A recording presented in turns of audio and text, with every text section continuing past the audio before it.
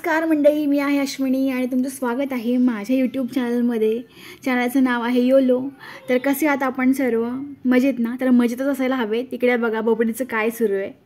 अंघोळ झाली की त्याचा गोंधळ सुरू होतो घरामध्ये. इकडे तिकडे पळ, गाड्यांसोबत खेळ, टी व्ही बघ आणि कोपऱ्यात जाऊन बसतो. इतका हुशार आहे तो. चला तर मग आपल्या दिवसाची सुरुवात करूया आपण. नका तसं नको टाकू. हे बंद करायचं आणि मग टाकायचं. टाका. हे बघ,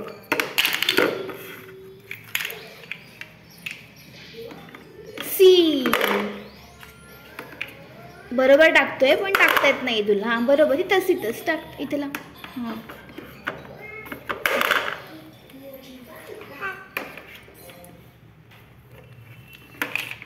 वा वा वा. इथे इथे इथे इथे इथे इथे टाक. तिथे नाही जाणार. हां इथे.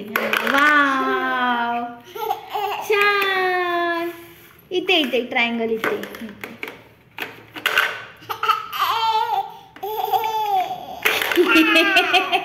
सगळ्यात बॉक्स मध्ये टाकतोय का तू?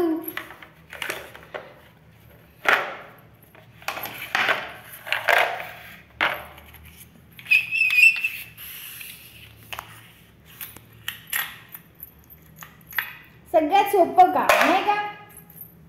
डोक्याला तापच नको आपल्या. सगळं एकत्र टाकून द्यायचं झाकण उघडून.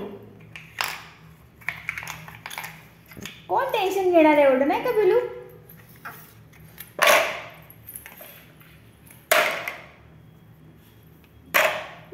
झालं.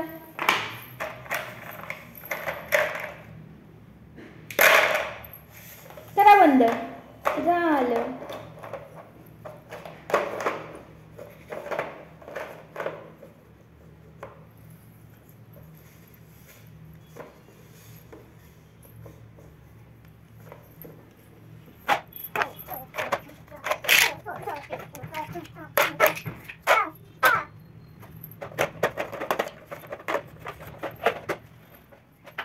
आज जरा म्हटलं जरा वेगळी काहीतरी भाजी करूयात. तर मेथीची भाजी मी आणली होती. तर म्हटलं मेथीची पातळ भाजी करते. तर शेंगदाणे मी भाजून घेते इथे. आणि तुम्हाला ही रेसिपी कशी वाटते हे देखील मला सांगा. तर यासाठी मी वापरते आहे लसूण, मिरची आणि शेंगदाणे. आणि हे सगळं जे आहे ते एकत्र मिश्रण वाटून घेते आहे मी मिक्सरमध्ये वाटून घेत असताना तुम्हाला त्याच्यामध्ये थोडंसं पाणी ॲड करावं लागेल. पाणी ॲड केल्यामुळे प्युरी फॉर्ममध्ये तयार होईल. तुम्ही याच्यामध्ये आलं वगैरे पण टाकू शकताय, पण मी अवॉइड करते. तर आता हे वाटण तयार झालं आहे. आणि मेथीची भाजी मी निवडून ठेवली होती. तर आता ही धुवून आपण चिरून घेऊयात. भाजी चिरून न घेताही तुम्ही तशी करू शकताय, पण माझ्याकडे कसं लहान बाळ आहे त्यामुळे मी भाजी चिरून घेते. स्वयंपाकात सगळ्यात सोपं काम कोणतं ते माहिती आहे? ते म्हणजे भाज्या चिरून देणे, तेही पालेभाज्या.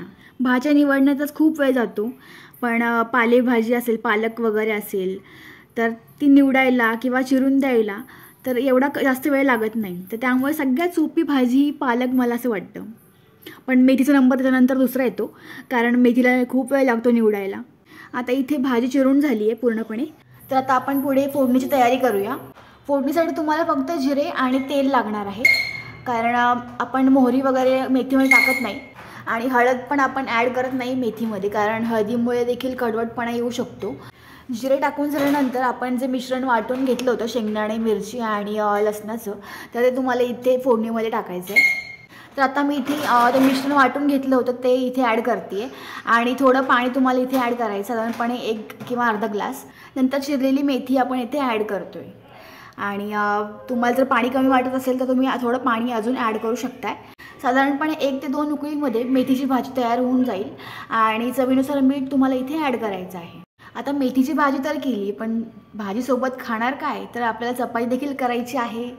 खरं सांगायचं झालं तर या भाजीसोबत मला भाकरी खूप आवडते, ज्वारीची असो किंवा बाजरीची. पण आता माझ्याकडे तेवढा वेळ नव्हता, त्यामुळे मी चपाती करून घेते पटकन. तर मग आता इथे आपली मेथीची भाजी देखील तयार झाली आहे. तुम्हाला ही जर रेसिपी आवडली असेल तर मला नक्की कमेंट करून सांगा की तुम्हाला ही मेथीची पातळ भाजी कशी वाटली. चला तर मग येत आहे ना जेवायला. आता माझी ड्युटी पण सुरू झाली आहे. पण इकडे बघा बबडीचा पाय कुठे चालला आहे. त्याला माहिती आपली आई किती कामात असली तरी आपल्याला अजिबात सोडणार नाही एकट्याला. त्यामुळे तो कंटिन्यू माझ्याकडेच येत असतो. चला तर मग आजसाठी एवढंच. आपण भेटूया पुढच्या ब्लॉगमध्ये. तोपर्यंत बाय, टेक केअर. आहे.